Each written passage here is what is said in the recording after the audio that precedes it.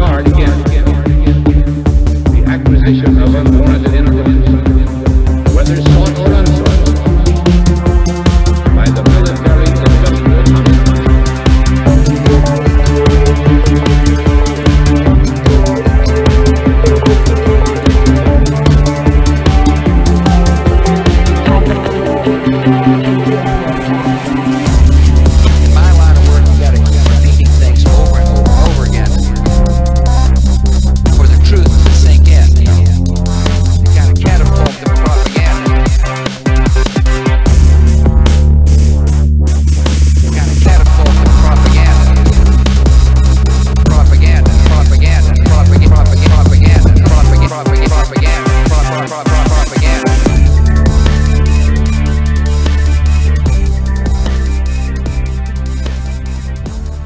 What's up? Today we got Brett Veinotte from the School Sucks Project.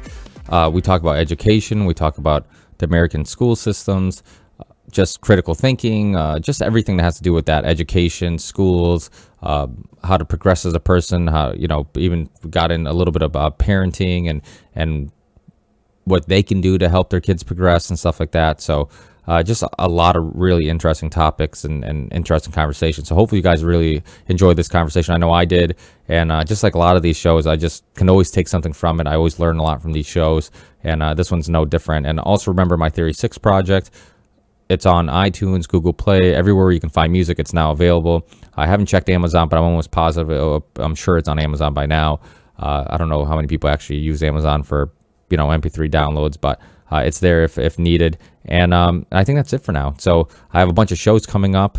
Hopefully you guys are checking out my last couple of shows. I've had some really interesting shows. I had Mike Martins from All That Remains in. He was actually in studio. So if you go on our YouTube channel, just like this episode, there'll be a video version of the episode where you can actually see me and the guests talking.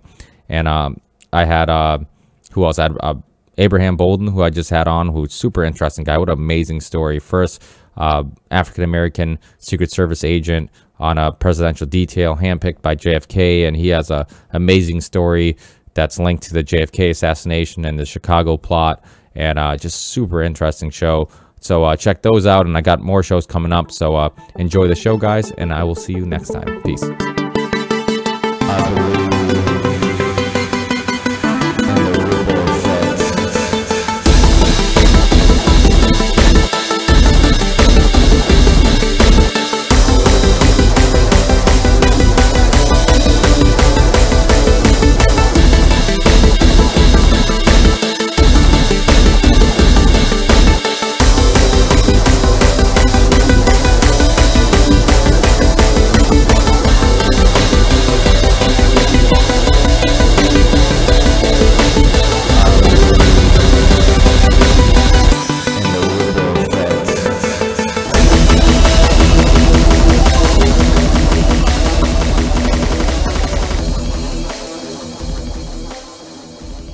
I've ran into your work quite a few times from like different podcasts and people you've had on your show that I'm a fan of, like Thaddeus Russell and stuff like that. So he, you know, so it's cool to meet you. And then when I found out that, well, I figured you're a Massachusetts guy because you're always wearing the Red Sox hat. So I'm also from Massachusetts, so it's not too many people that are sports fans in alternative media and stuff like that. So it's fun to meet someone like that every once in a while. Yeah, I definitely want to clear up one thing. I'm certainly not a Massachusetts guy. Well, yeah. Well, I know you were from, yeah, you spent some time in Massachusetts. Now you live in New Hampshire. I get what you mean. Yeah. I am, as far as anyone in alternative media goes, I guess I would fit that bill, though. I know exactly what you mean by that. It's just, you know, when I lived in Massachusetts, I was like so repulsed by, you know, how expensive. Where do you live, by the way? I live near Springfield in this town called Ludlow. Are you familiar with it? Yeah, so my whole family is from like the North Shore all the way down to East Boston, and then I lived in Salem for about a year, and I worked in Massachusetts for almost 3 years. So, and I mean, you know, living in southern New Hampshire, the closest city is really Boston. So yeah, I mean, I'm definitely a New Englander for sure, and yeah, I'm familiar with that culture. So. Yeah, I know what you mean by not being, you're probably more proud of the sports team than you are the state itself. Yeah. Exactly. Yeah. Yeah, we definitely have our flaws here. I mean, we're definitely one of those states that is just, when you hear about how lenient certain states are with, certain rules and regulations, and I know even though like your project is a School Sucks project, you talk a lot, I know, about your own like political views and stuff like that. And I think that's, they usually go hand in hand. I think that, I know you have some libertarian beliefs, and I do too. I think that it's the one thing I like about hearing you talk, and anytime I hear you in interviews, it seems like you're very open-minded, even though you do have like certain ideologies you probably like more than others. You definitely seem like you're open-minded and you're not isolated in one type of thinking, which I think is important and goes into the whole education system and something we should all be learning. Yeah, thank you for saying so. Yeah, I tried to present that way on the show, that I'm kind of, I'm continuously learning, that's always like a part of what my show is all about. So I do my best to exemplify that, and I'm always willing to have, like you mentioned, Thaddeus Russell, I'm always willing to have people on who disagree to, hopefully learn some new things and be challenged. And he was certainly an example of that happening. Yeah, one thing I love about both you guys is that neither of you see debate as a bad thing. Like I've always been like that too. Where growing up, I love getting in debates with people, not so much because I like the confrontation, but more because I like the fact that I might have established opinion or idea, and then when I hear another side of it that I haven't heard yet, I might realize maybe I was wrong, or maybe I was looking at the other opinion in the wrong light. So I just think there's so much benefit coming out of that, and I just think that too often, it's like my issue I have with like, and both of us liking sports and stuff. As you can tell, I kept with the theme, and but it was just one of those things where people are always like, oh, you shouldn't talk about politics or religion, and I'm like, yeah, but like we live in New England where everybody fights about sports, and that's okay. It's like you'll get in the most heated debates about sports, and that's acceptable, but yet we have to stray away from these other conversations, which are way more important obviously than sports. As much as both of us probably love sports, we understand how not important it really is to the overall picture and our everyday lives. So it's just funny how they tell us to stay away from those conversations because it'll cause a heated argument, but yet it's okay to argue about these other things. It's funny, you might like this because of your shirt. My mom's boyfriend is Tommy Heinsohn. Do you know who he is? Shut up. Yeah. Wait. Yeah, so they've been together like. Your mom's boy. Yeah, they've been. That is, dude. I love Tommy Heinsohn. I'm a huge Celtics fan. I have all the DVDs on, or all their championships on DVD, and Tommy Heinsohn, like, I was always saying, I'm like, I know some people hate him because how biased he is and stuff like that, but I'm like, I think that's what I love about him. I mean, that's what makes him fun, and he really at heart. I'm like, how do you travel with a team? How do you win championships as a player and a coach for the team and not have emotional attachment to the team that would come out at times? It's just like it would be unpreventable. The Celtics has been his life. Yeah, since like the 1950s. So they've been together like 6 or 7 years. So that was pretty much through like all of my development when I was like really passionate about all of these new ideas. And he's like a conservative. He's very conservative. And we found like more common ground since Obama has been president. But man, when George Bush was president, we used to argue, and he's very authoritative. He's very big. He's like 6'8", and he's loud and he yells. And it was good practice for like kind of working through intimidation. I mean, we get along fine. I really respect him a lot. And he's just got, tremendous wisdom beyond basketball. We don't talk about basketball that much, but because I don't know that much about basketball, but yeah, he's been he's actually a painter. That's what he does when he's not with the team. He goes and he paints. So my mom has like his paintings all over her house, and in his house, in his basement, it's interesting. You go down there, and he's just got like stacks and stacks of paintings that he's never done anything with. Just like the basement. It's nice. It's like a furnished basement, but he's got a little studio down there, and it's just like piles and piles and piles of paintings. And I'm like, my goodness, let me set up a website and just get 5% and we'll sell these. And he just doesn't want to do that. He just paints them like for therapy, and then they just sit there in piles.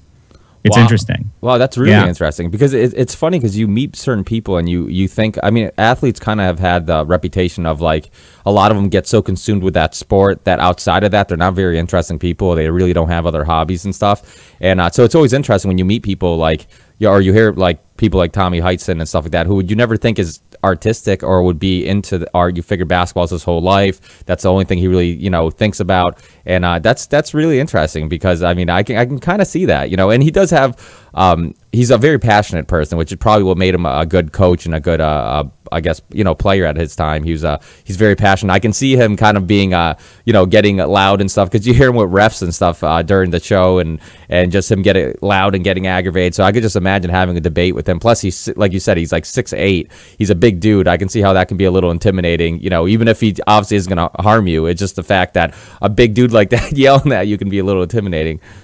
Yeah, now he is 80, so you could probably take him. I'm not worried about him like chasing me down, but he's really interesting to talk to. And for somebody that age, and for somebody that conservative, like I have other people in my family who are very liberal, and they will not listen. Like my uncle, for example, he will retreat as soon as he feels like the other person knows more about the subject than he does. He'll just flee the situation. Like, he doesn't even want to be challenged. But Tommy is, for his age and his political orientation, he's very open-minded. He'll listen. He'll think things through. So and he says that even though he's gotten heated a few times, like I've talked to him about some pretty controversial things, and he's gotten pretty upset, and he even walked away from a couple conversations because he said, "I'm just too frustrated with you right now."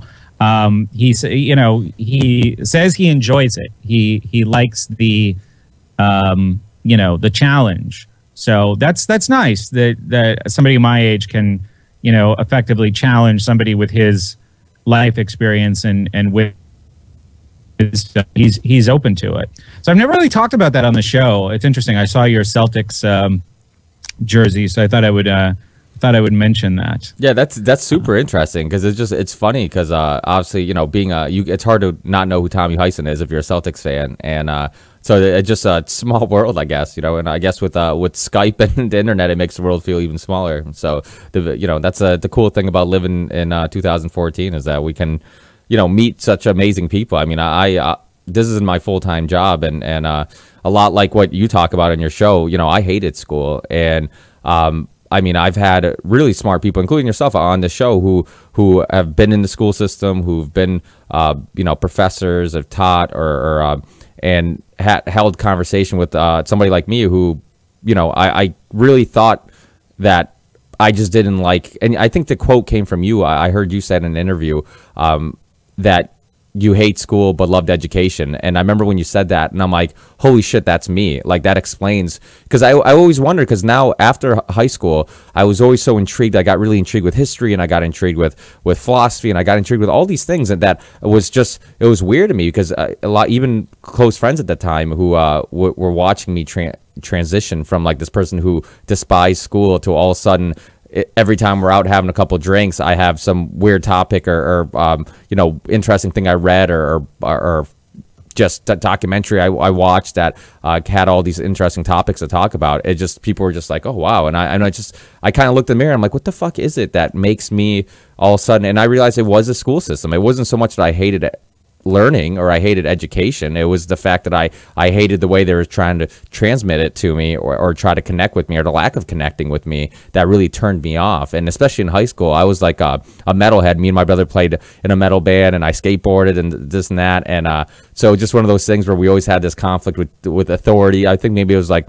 the punk rock ideology of like, F authority and stuff like that, where just like, once I felt like I was being judged because of the way I dressed in middle school or early high school, I automatically put up a wall. And then teachers really didn't know how to break that down and connect with me. And I think, like many people, I had a couple teachers that we were lucky enough growing up that did break through that, and you connected with, and really you remember, which is pretty amazing. I think anybody who denies how important teachers are, I mean, just think about almost everybody remembers one teacher very well, how they impacted their lives. And I was lucky enough to have a couple like that too, and it really it made school tolerable and really helped me notice that, holy shit, I like learning. It just, these other teachers just aren't connecting with me, and they don't know, they're not using any creative way of getting through to me, or if they just give me information to memorize, and I don't understand why I should be memorizing this. If I ask questions and all of a sudden they get mad and they get defensive, and it's something that you've talked about a lot too, which I completely agree with, is this idea that that it's okay to be questioned and ask why. And I think in that search of finding those answers, you'll have a better understanding of why you're doing things and why you should be doing things and all that other stuff. So it's just it's a really interesting topic, and I think there's a lot of people like me who hated school. I mean, I was in special ed. I mean, I was one of those kids that I was a little bit of a not a great kid in like middle school and stuff like that, and then they automatically said, oh, if you're not one of those book smart kids, you must be one of those hands-on kids. So then they threw me in a vocational school, and it was just like, it wasn't that I disliked the vocational school, but I definitely felt like I liked education. I liked certain topics. They just I wasn't getting those topics. There's something about just memorizing names and dates that just was a complete turnoff to me. So it just, that was kind of my high school experience. And how was yours similar, or how did you go from, what's your story from, I guess, good thing I'm recording this, because I have a habit of getting these conversations before the podcast, and then I'm always like, fuck, I should have recorded that. So now I just started. Yeah. I'm recording it too. I was going to ask you if I could use this just for like my subscribers. Like sometimes I like to just put out the pre-show conversations. Yeah, definitely. So, no, but I'm sorry. Go ahead. Repeat yes, everything is all set. Recording on my end. I'm sorry. Just what's the question? I'm sorry, I lost my train of thought. No, it's okay. Yeah, that happens to me all the time. The listeners are used to it. But I was just asking, like, that was kind of my high school experience. Well, what was your high school experience? And I know I've heard some, you tell some stories, but I'm sure to my listeners they would like to know, like, what. Well, for people who don't know, but before we get too far advanced, you have this School Sucks project, and you've been in the school system for a long time. You've taught, you've tutored, you've done a whole lot of stuff, and you saw something was wrong with the system. Something seems incorrect. And basically, what is the School Sucks project, and what led you to create it? Yeah, sure. Well, the School Sucks project is primarily a podcast, but it's also a YouTube channel and a web community, and hopefully a compendium of resources that all drive at this central idea of distinguishing schooling from education, right? Like it goes back to that Mark Twain quote, right? Like, this is not an idea that had its genesis with us. I never let my schooling interfere with my education. Or that quote is attributed to Mark Twain. And, I think that's really important. There's certain principles of education and principles of learning that really don't seem like they have too much to do with school itself. What we've said on the show is that a lot of schooling, even if it's unintentional, even if the people who are doing the teaching or even the administrators don't know that they're directly participating in this, it's very much a kind of indoctrination.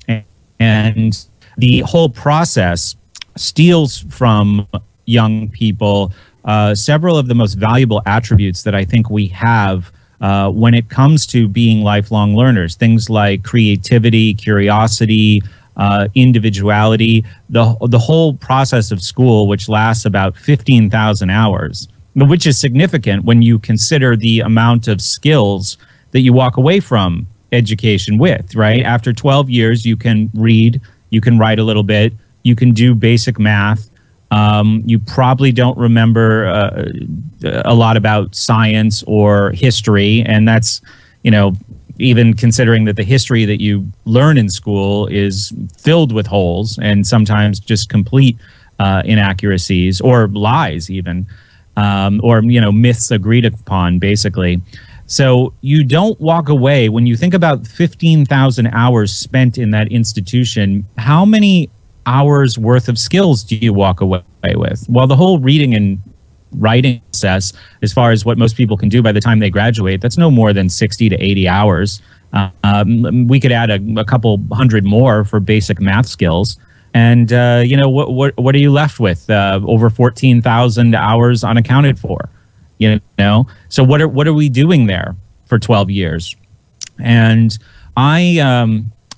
my experience was, I was a student for 12 years, and that was generally painful. I didn't leave school thinking I was very bright or capable. I had a great experience with a professor in college who was a history teacher. I always hated history so much in high school, but he really inspired me, and he motivated me to pursue that, first as just a subject of interest, but around the time I was graduating, I also got a job at a residential school, and I said, wow, there's probably a path in an institution like this for me to become a teacher.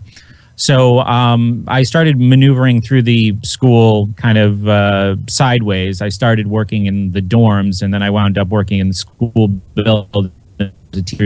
Eventually, I got promoted to being a lead teacher of a special campus, and then I kind of petitioned the administrators for this history teacher job at another location, and I got it, and I did that for 2 years. So it worked out, but it was really this experience that I had in college that turned me around, that made me realize, first of all, that I was smart and capable, that I had interesting things to say about, when it comes to interpreting historical events. The teacher really, really challenged us. I really didn't look forward to taking his courses. He had a reputation in the college as being terribly difficult.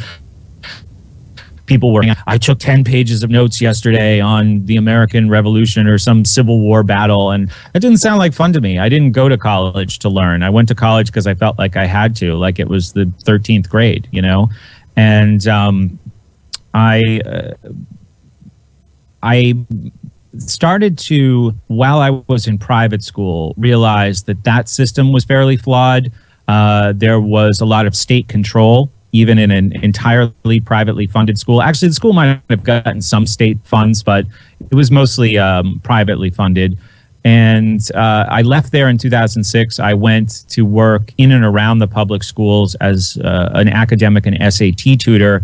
I spent a lot of time in school meetings, and I had also been in graduate school pursuing a master's degree in educational leadership and a secondary education teacher certification.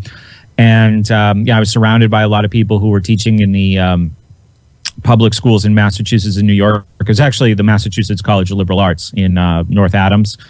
And my enthusiasm for getting certified and being a public school history teacher faded pretty quickly, listening to the stories of these people who were already teaching in the schools and had just come back to college to get their master's degree. So I was also doing research for position papers and things like that, and I started stumbling across names like John Holt, John Taylor Gatto, John Cazole of the education system, and never realizing that it had never even occurred to me that there was a criticism of the school system, that there were people paying attention to what was going on there and writing critically about it. So that really opened my eyes. And I think at first I just kind of dismissed it like, well, school is a conspiracy against the intellect of the American people. That's interesting, but I didn't really do anything with it. And as I learned more, I got very interested in conspiracy around 2004, 2005, and alternative histories. And around 2006, I started finding libertarian media through iTunes, shows like Free Talk Live, and then Complete Liberty Podcast, and Free Domain Radio. And that really started to put things together for me when I understood the philosophy of liberty, we could call it. Just the coercion of education, not just coercing students, but also funded completely through coercion. Like, people don't have a choice whether or not they for it. What's the essentially provide anything, and that helps turn this collage of all these problems that I've been gathering into a mind map with, something central, like we are self-owners, we own ourselves, and we deserve respect for our volition, and our individuality. And none of that was being delivered in schooling, either in the pedagogy of schooling or in the funding of schooling. So it all just started to come together for me over a period of a few years.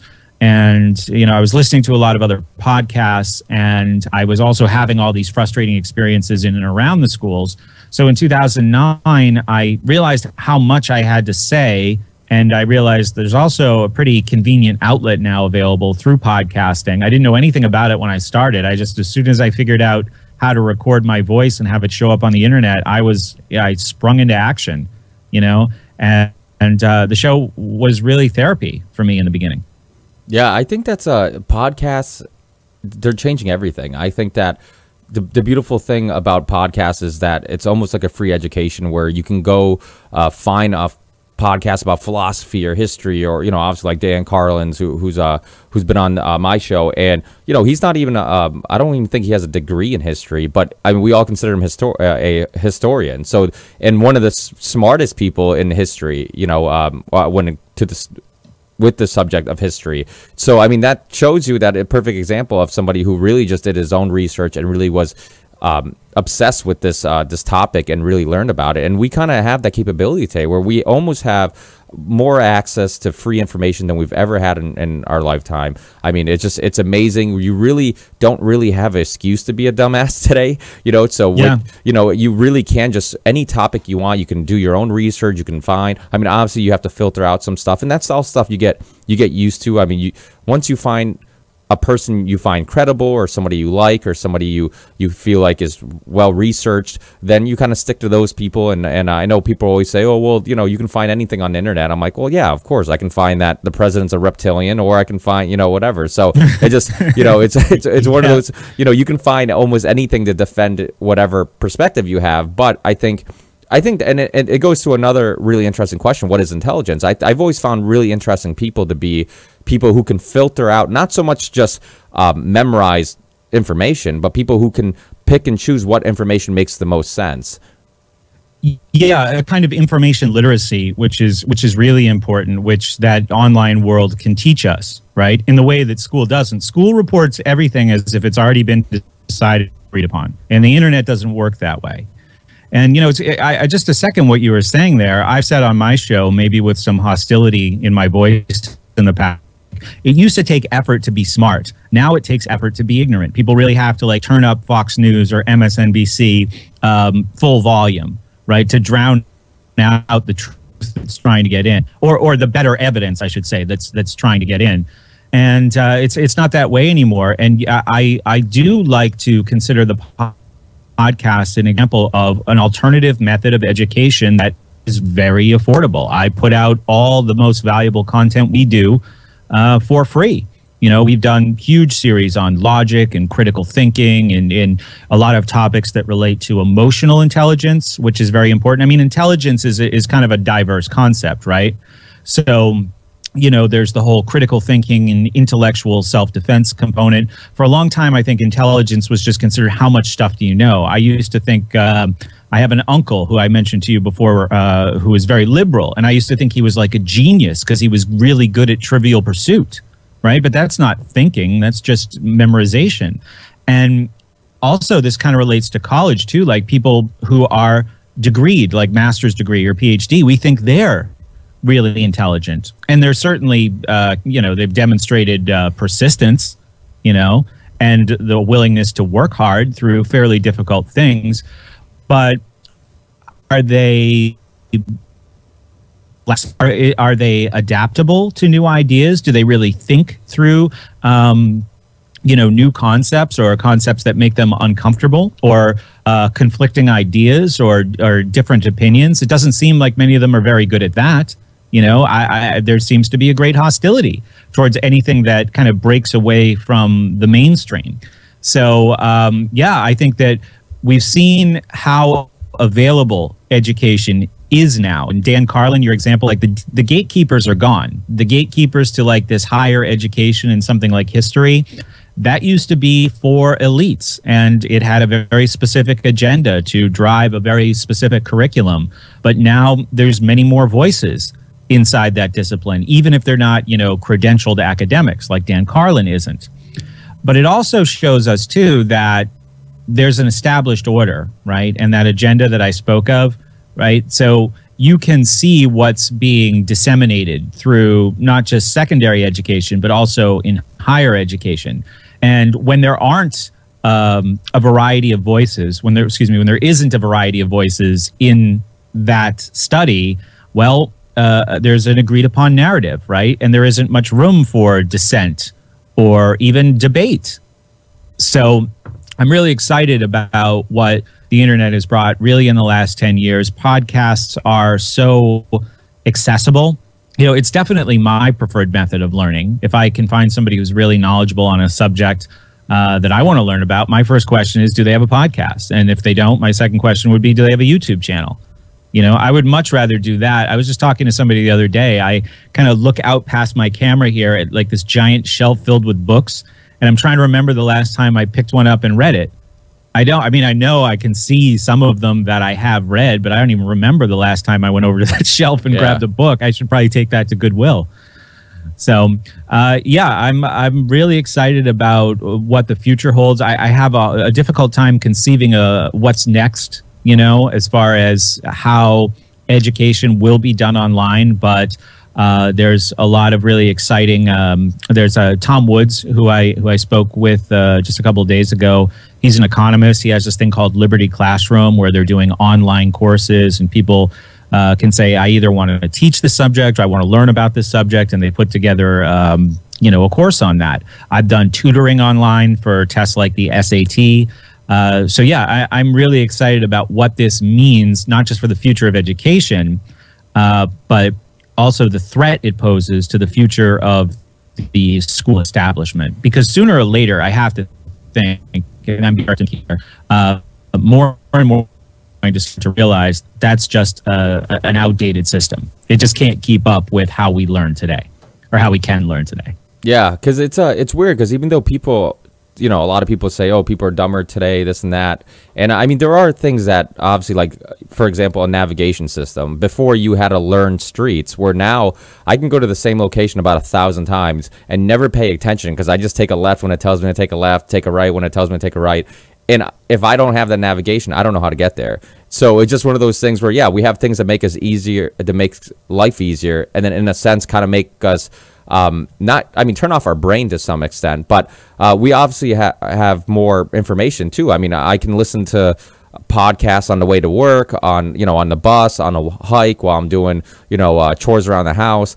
And so that's a method of taking in information, that we didn't have that option, 100 years ago. You had to actually say, hey, I'm going to sit down and take some time to read a book, But I also think back then, they spent a lot more time socializing too. It's like, people talk about how, some of the ideas of the Constitution was probably argued, if not definitely argued, or at a pub, around, having drinks, So just like, I think we were more social too at that time too, and there's something about being social that I think it's underrated, because you can bounce some bad ideas you might have that you don't realize are bad off a friend who's like, no, that's silly, and it's like, oh shit, you're right, So I think we kind of lack that a little bit.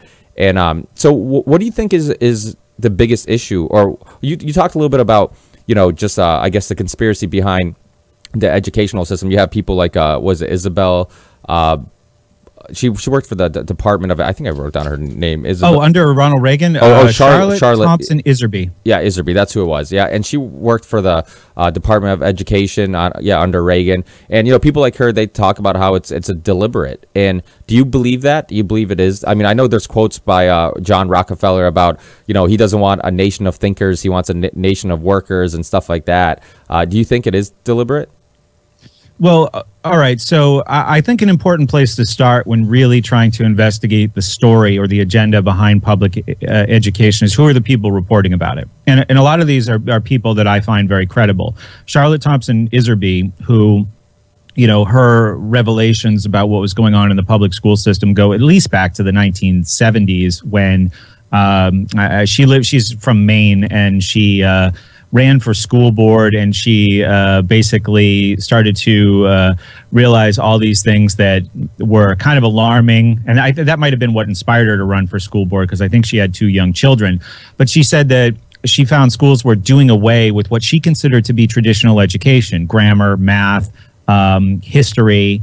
And so this is all prior to working her way into the Reagan administration.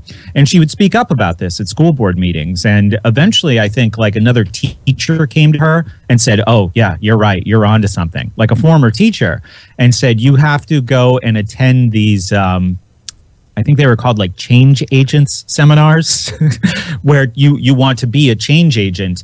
So she goes to this course in Maine where they're passing out some textbook. I don't have the name of it. The Innovations in Education, a Change Agent's Guide. And this was to what she thought was it was going to revolutionize the schools to do exactly what she's talking about, this deliberate dumbing down. But what is Charlotte Iserbyt's viewpoint? You know, where is she coming from? Well, if you listen to her talk, it's very clear that she has a strong foundation of Christian values, which is fine. I'm not, judging that. It's just it's an important piece of information in determining where she's coming from and how she's seeing a progressive left-wing agenda in education. She is clearly pretty conservative, and there's a lot of other people who are similar to her. You know, people like John Taylor Gatto, Samuel Blumenfeld, and they're all reporting on this deliberate dumbing down.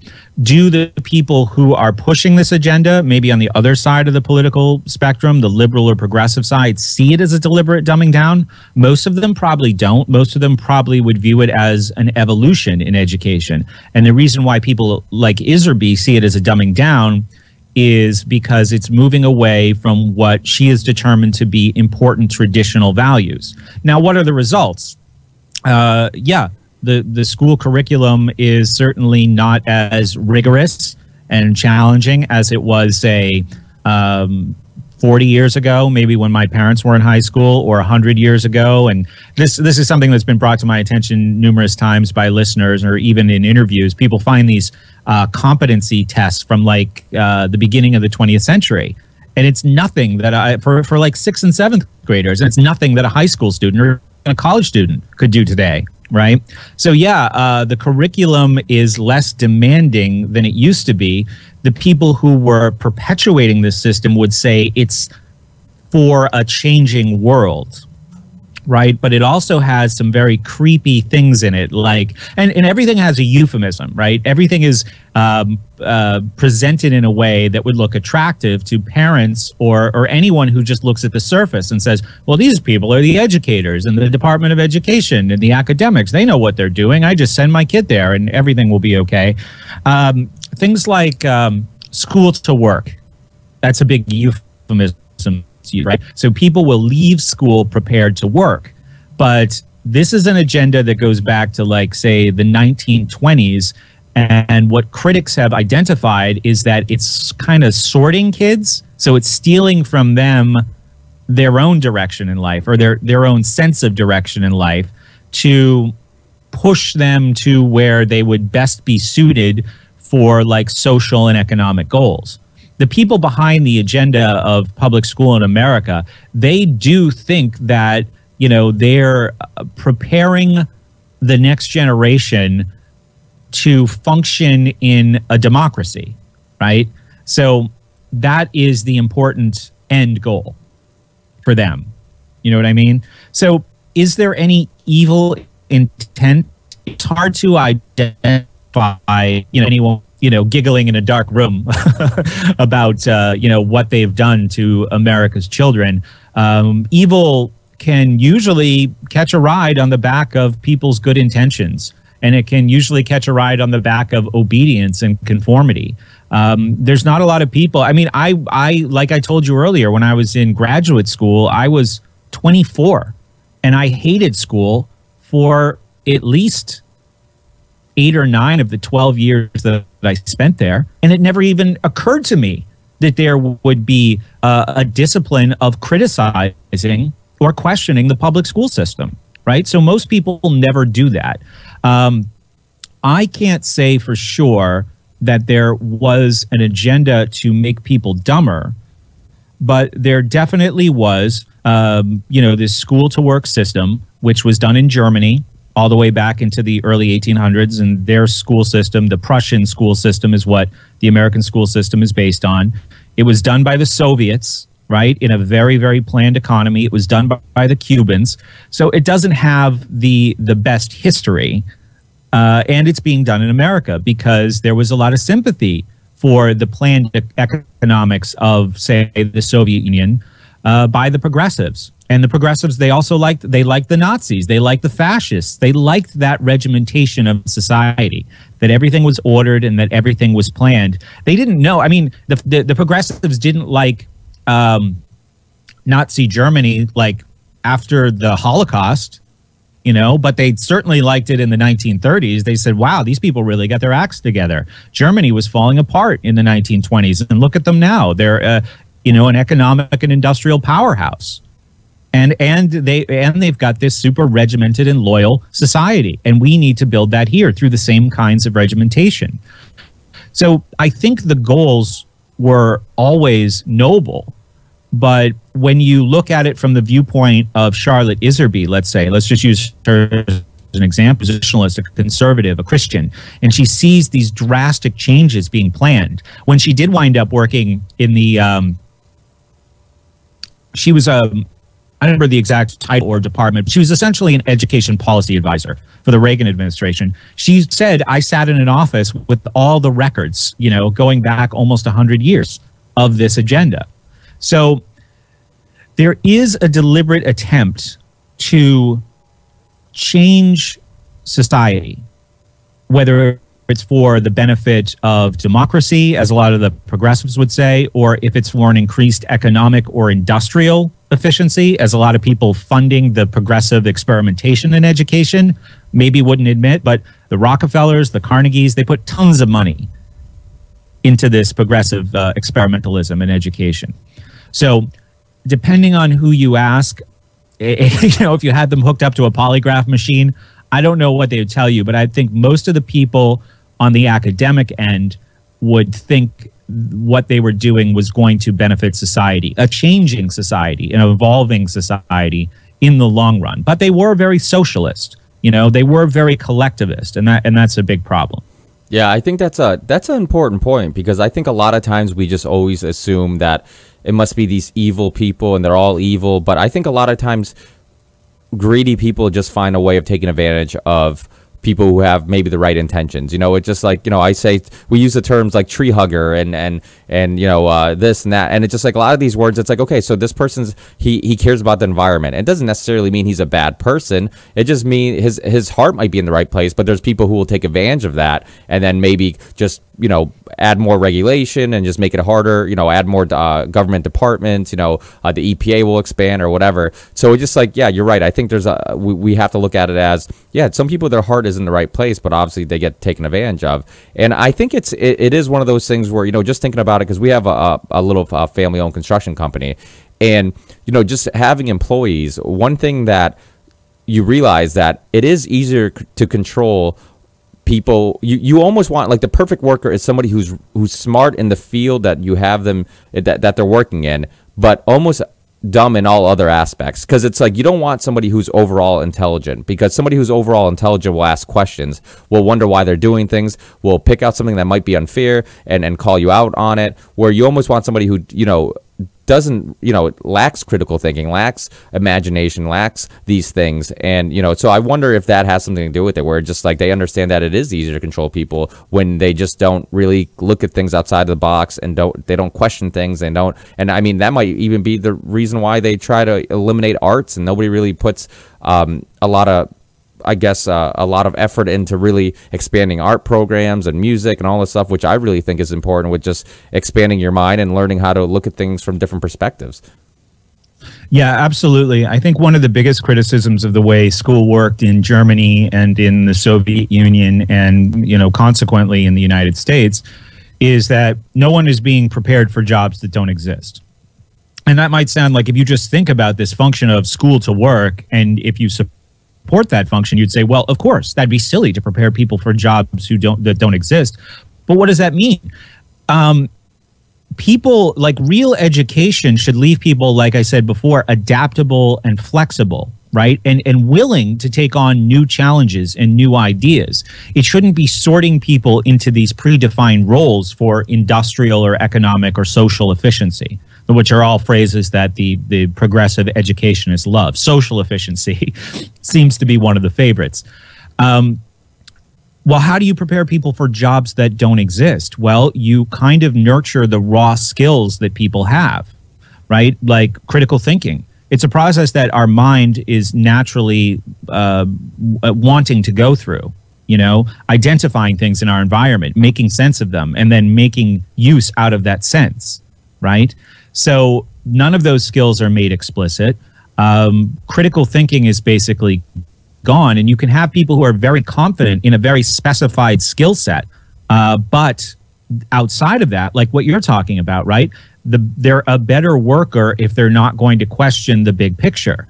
And, you know, I remember being a young professional and looking at the environment that I was working in and saying, look, this really needs to change. I mean, I worked in this boarding school and I was the lead teacher of this specialized campus. Well, it had a clinical component, it had an educational component, and it had a residential component.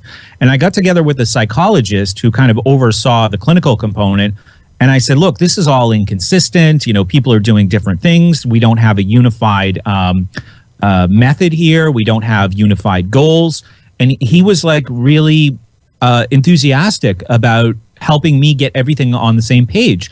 Well, all I was met with was resentment. The residential people thought it was going to make their job harder. And the administrators really didn't like it because they said, Brett, you're out of your role, you know? We can find, if you don't like your little job, we'll find somebody else who can do it, you know?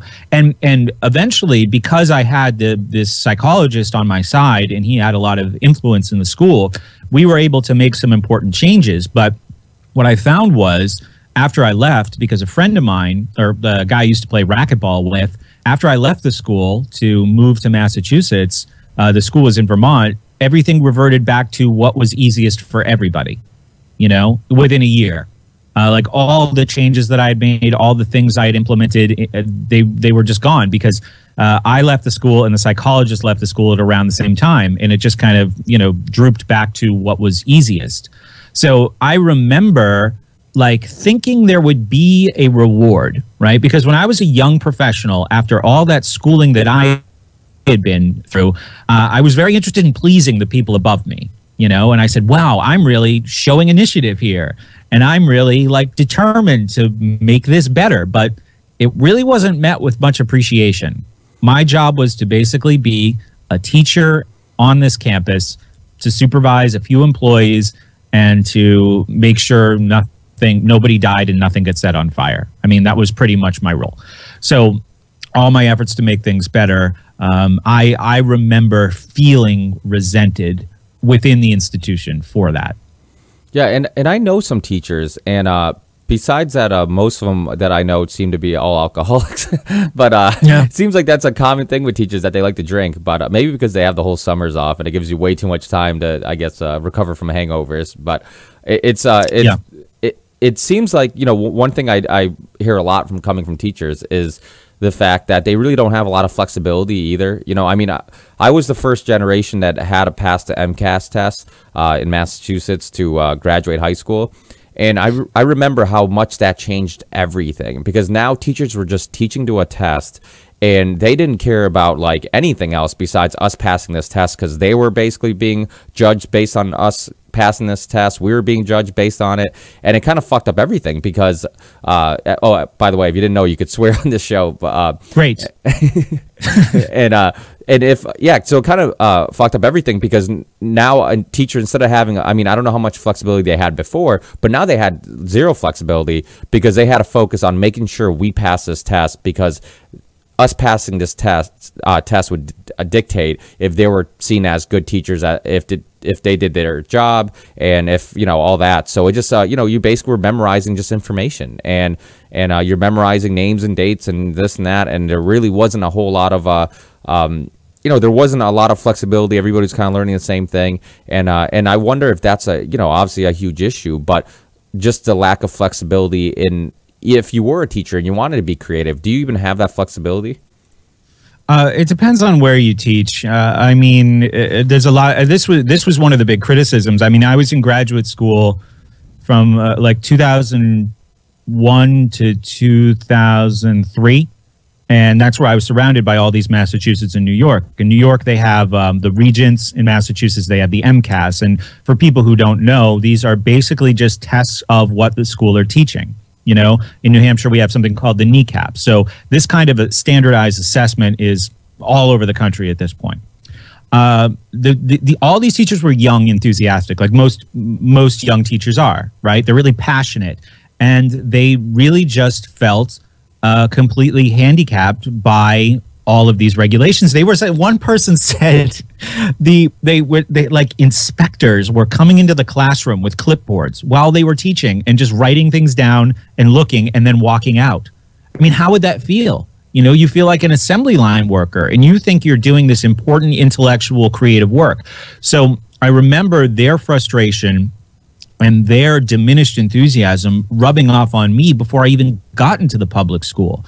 Years later, when I was tutoring, I used to work in Boston a lot, in Needham, like the Boston to Needham to Worcester, corridor there. And a lot of money, a lot of really competitive public schools. And I remember going in and meeting with the vice principal of a school and talking about the SAT program that this company that I was working for did.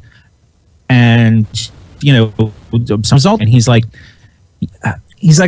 basically what he said was, I don't care, you know, like, what can you do? Can you do anything about the MCAS? Can you give me any guarantees on the MCAS? Because that's what has, you know, that's the fire under my ass, you know, with like the superintendent, is that we have to do better on this test. Now, how has that played out in the almost 10 years since that experience? Well, there's all these stories coming out about teachers cheating, helping students cheat on these tests.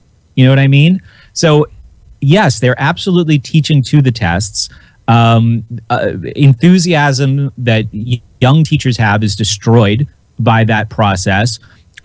Students certainly don't love feeling that way either. In some places, you have to write the state standard on the board with the lesson, and students have to log it in their notebooks. So the bean counters and the record keepers can see this if they need to, that these things were taught. So yeah, I mean, but this kind of standardization and systematization has been going on in one form or another for 100 years, right? And it's always the same goals. People like Charlotte Iserby would say it's like a continuation of an 100-year agenda, right? And a big part of it is gradualism, right? Doing things slowly. But, you know, now it's Common Core. Before Common Core, it was No Child Left Behind, then Goals 2000, Head Start, outcomes-based education, all the way back to the genesis of the Department of Education in the 1970s. Right. And before that, it was something else. I mean, this centralization and centralized control over public schooling, which was traditionally a local thing, goes all the way back to the progressive movement, at least. And you could even trace it back to, like, you know, the middle of the 1800s when they first brought the Prussian system here, and it was copied and spread around the country. So there is very little local control today over schools. People tell you these nice things, like you can go to a PTA meeting or you can run for school board, but the impact that you're going to have doing anything like that is very small. And now we're even seeing, I recently made a video where there's footage of two parents getting arrested at school board meetings for speaking out primarily against Common Core. Now, that's not happening everywhere in the country all the time, but when parents are getting arrested at school board meetings for voicing objections, it's certainly a bad trend. Yeah, and I'm a little worried about that because I actually have a kid on the way. I'm having my first boy, or my first kid in general, but I'm having a boy in February, and it's oh, congratulations. Thank you. And it's one of those things where, like, one of the things you obviously think about is like, well, the school system failed me. Like, they kind of just felt like I was a lost cause and threw me to vocational school. Half the day I would go to a vocational school because they felt like, oh, like I said, he's not a book smart kid, so he must be a hands-on kid. And it wasn't that I wasn't a book smart kid. It was just the fact that I wasn't just going to sit in a chair and be told, memorize this And I don't know what it was. Since I was a kid, I've always been one of those people that I always ask questions. I was raised a Catholic. I would go to Sunday school and ask, well, why do I have to learn this? That doesn't make any sense. Why is this bad and that's not good and whatever, So whatever it was that caused me to do that, I don't know if it was, I think some of it had to do with just being a musician and getting into poetry and art and stuff like that. Kind of made me look at things from different perspectives and self-analyze.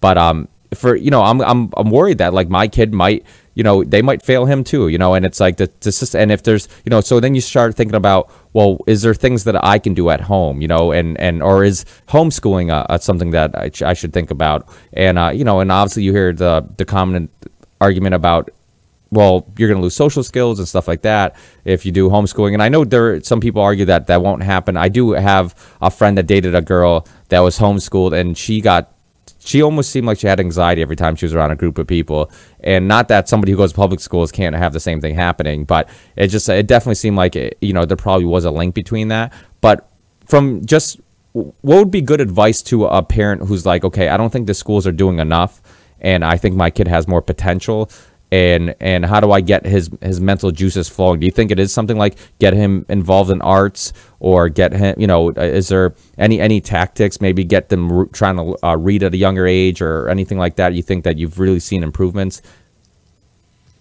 Well, I think one of the important things is to break out of the routine. Like there's, and this doesn't have to be done in any kind of forceful or authoritative way, but learning happens all the time. I think that's one of the principles of real education that's really important for people to understand.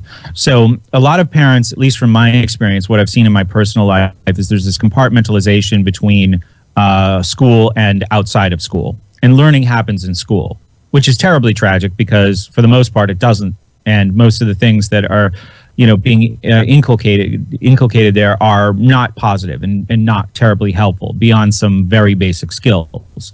So the idea that learning happens all the time means that any place is a learning environment. And I wish parents would feel, especially with very young children, would feel a greater sense of responsibility to be teachers to their own students before school even starts. Like maybe there's no way around sending your kid to public school. Maybe it's your economic situation, or maybe, you and your wife or you and your husband are separated and they're really opposed to the idea, and you're co-parenting. So it's just becomes easier to send them to public school, or maybe there's even legal action threat. I mean, these are all stories that I've heard, right? So for whatever reason, your kid needs to be in public school. You can think of a bunch of reasons why that would happen. Or a teacher too, especially if you're passionate about this, you are better equipped and better qualified to be doing education with your child than these people who are basically just passing on state standards to students so they can do well on a test in a pretty lifeless and uninspiring way from most of what I've seen and most of what I've heard. So I think that's the most important thing. Learning happens all the time, or learning can happen all the time. And it certainly doesn't require any force, which is what school is all about. So I think parents shouldn't have such a strong sense of that division of labor. Like, oh, I'm the parent and I just have to kind of be an enforcer for the school, to make sure that Johnny or Sandy does her homework or his homework. But to be a teacher too, especially if you care. I mean, we're only talking to people who care, obviously, about their continuing education and the education of their children. So being involved is a super important thing. But along with that, if the student is in public school, if I was a parent in that situation, I would be politely and enthusiastically asking about what's happening in school. I would be looking through their little folders, at their assignments and talking to them and not being like the people who are, teaching you idiots. I mean, that's counterproductive, and that just kind of makes them feel trapped or even like a victim or even afraid. What would it be like to be cared for all day? Like if you're 7 years old or 8 years old, that you're under the care of idiots all day. I'd be terrified of that. But just to have constructive and curiosity-driven conversations about, well, what do you think of this? How do you feel about this? And also to be reaching out to other parents as well. Well, did you see what Sandy brought home from school? What do you think of this? What do you think this assignment is all about? And today we're seeing a lot of that, which is really good. Assignments like, hey, remove 2 amendments from the outdated Bill of Rights. What would you replace them with? Which ones would you get rid of?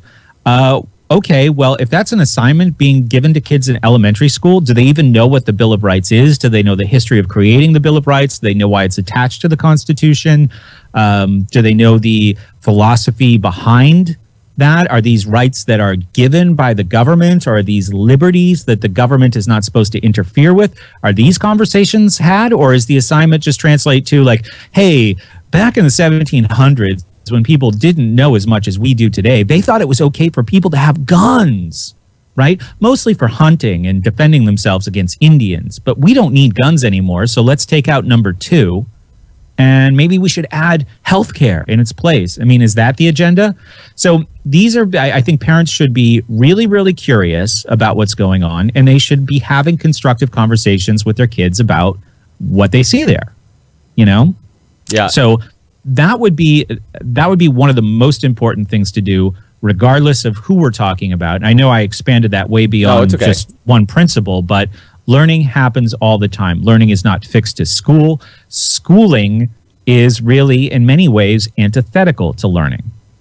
Well, isn't this because their interpretation of intelligence obviously is different than what? I mean, I know I've heard you talk about what's the 9 different types of intelligence, and which a lot of people don't even know about. I mean, how do we go to school to learn how to be intelligent and yet not even know the 9 different types of intelligence? That's a good question. The other problem with school is it kind of treats everybody like they are all going to fit in the same mold. And believe me, I've been to these meetings. There's great lip service to accommodations and modifications, and they're even done to some extent, right? Like if somebody is clearly gifted or clearly special ed, they're sorted into the appropriate place.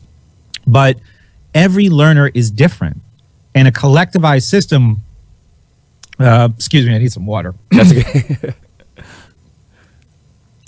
A collectivized system like school just isn't going to pay any attention to that. Yeah, no, definitely. And it's a huge issue, and it's just one of those things where it's just like if we don't start paying attention to it. So after that was said and done, are you for homeschooling, or what's your stance on that? Do you think it's something that can work, or do you think should we just focus on trying to change the public school system, and how do we do that?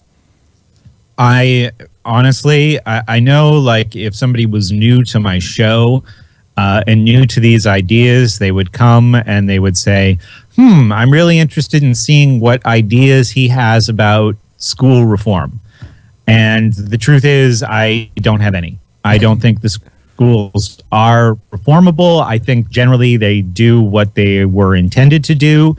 And I'm very, very uninterested in the political system. I see it as a treadmill, that never really goes anywhere. When a lot of people first become passionate about new ideas or changes they'd like to make in the world or society, we've learned in school that the way to do that is through the political system. Well, that's very high burnout. It's a good way to feel like very small and powerless, and it leads to a lot of people giving up, right? So I talked about this in one of the first 3 episodes of the show that I did. This is not a show about school reform. I don't even know what that means. And think about all the different agendas that are kind of going into that label of school reform. And the fact that the schools are trying to be all things to all people. It just sounds like a mess. I mean, if anyone in your audience or anyone in my audience said, no, Brett, you've got it all wrong. This is what school reform is. This is how it would happen. These are the people who need to be involved. Write to me. I will interview you for hours about this, because I'm definitely willing to learn. Now, I have a lot of moral objections to the school system, the way it's funded, of course. And that goes back to what we were saying at the very beginning. Like, it's funded through coercion, through threats. If you don't pay for this, eventually we'll take your house. So where are the incentives? They're completely missing. I mean, I've worked in public schools or around public schools, and I've worked in private schools. One has incentives to perform and one doesn't. Private schools have this incentive to offer the best products, and public schools do not have that incentive, right?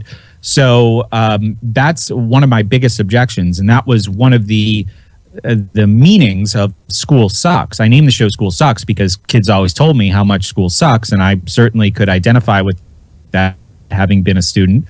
It sucks these natural gifts out of people: curiosity, individuality, creativity, but it's also sucking productive resources out of every community where there is a school, right? And saying that these resources are going to education. You will not have this money to make your own decisions about the education of your children. We will take it and do what we call education, right? So that's a very important sucking that the school system does. I would eventually just like to see the system dissolve because of irrelevance. I don't want to see it go down suddenly in flames. I think that would be very chaotic. I think the school system will probably be there as long as the state exists, as long as the United States government continues. There will probably be a school system, but my message is more directed towards individuals, right? Which I think are really important questions. If you have to go to public school, what should you do? What should you know? If you don't, what other options should you have, right? If you're really concerned about education, what does real education look like? What are some things you should learn? And I'll even go into all kinds of separate subjects. Like, do you want to learn about this historical thing on my show? And maybe put together a series about it if I'm really passionate about it. If I feel like, if somebody just said, Brett, do a series about the Cuban Missile Crisis, and I'm not really passionate about the Cuban Missile Crisis, I'm just doing what a high school history teacher does, But I was really interested in some of the philosophical connections between the modern United States and Germany of the 1930s. So I did like 5 or 6 hours about that, and I was really happy with the way it was delivered because I was enthusiastic about it and more excited. So if something strikes like that, I will ask people for 2, 3, 4 hours of their time to listen to me talk about it. Yeah, well, but if it's just like an item on if it's just an item on a checklist, then forget about it. Yeah, I think, well, you made a really good point about the incentives, because I think that's one thing that people have to put in, just really remember about the government in general, is that I remember this story about like the TSA, and they had this study where they wanted to see if they could get stuff onto a plane, and then they completely failed this test, and they got shit onto the plane, and then you've come to find out that the TSA put out that study themselves. And I had a couple friends that are like, why would the TSA put out that study? Who leaked it? And then I'm like, well, the TSA probably put it out there on purpose because they don't have any incentive to do a good job. They have incentive to do a shitty job, because if they do a shitty job, that means more funding, that means they have to hire more people, buy more equipment, and all the stuff. And you never really see government jobs disappear. So it's just like, as long as you get that funding. I mean, perfect example, everybody has they've dealt with the IRS or RMV, unemployment. Anytime you've had to deal with anything, and that you've had to resolve with those departments or anything like that, it's been a fucking nightmare. It's like either they don't have enough people handling the phone calls, or the lines are crazy, and it's just like, obviously they don't do a great job handling things. So yeah. Well, they have endless resources for exploitation, and for some reason, very few limited resources for actually helping you or providing you a service. And again, it's a question of incentives. Now, I did take a whole day once. This is an anecdote, but I did take a whole day off once to go and get a duplicate registration in Massachusetts one time, right? Thinking it would be an 8-hour affair. To the RMV's credit, the Registry of Motor Vehicles in Massachusetts, I walked in the door. I was out the door with a new registration 90 seconds later, and wow. I was stunned. It was one of the great miracles of my life. But yeah, I mean, generally speaking, I consider myself a libertarian, and I think when people are kind of early on in this development, there's this question that comes up, and it's something like, is the government really bad at doing good things, or are they really good at doing bad things, or is it some combination of the two? And people always like say, well, the government couldn't, do these things because they couldn't have some organized system against, the intellect of the American people because they're so inefficient. Well, the service part of government is very inefficient, but like the CIA, they've got their act together, to a certain extent. The military has its act together to a certain extent. So it depends on what the government office is and who it serves, right? The DMV serves you, or it's Department of Motor Vehicles in New Hampshire. They serve us. So that's, a waste of time and resources for sure. But not all government is like that, right? Government is a very broad term. So there is a problem when it comes to incentives for serving people like us. And school is a part of that. Well, we talked about, fixing the educational system, but isn't there some schools in the world that actually do work? Public schools. I mean, isn't there certain countries that maybe figured it out? Maybe it's not perfect, but better and a lot better than our school system. Well, are you thinking of some place in particular? I did see a documentary not too long ago where I forget what school it was, but and what country I mean. But I mean, I know certain. I mean, what, for example, like if you looked at like the best I don't know how they rate it, if it's the best schools or the best educational system, school systems or whatever. But I know that the U.S. and most of those lists are not very high. And, you have countries that are way, do a better job of just, I guess, sparking imagination, of getting the most out of the kids. I mean, can that work? Can something like that? Or you just think that it's, even though it could work, it's not the best option, period?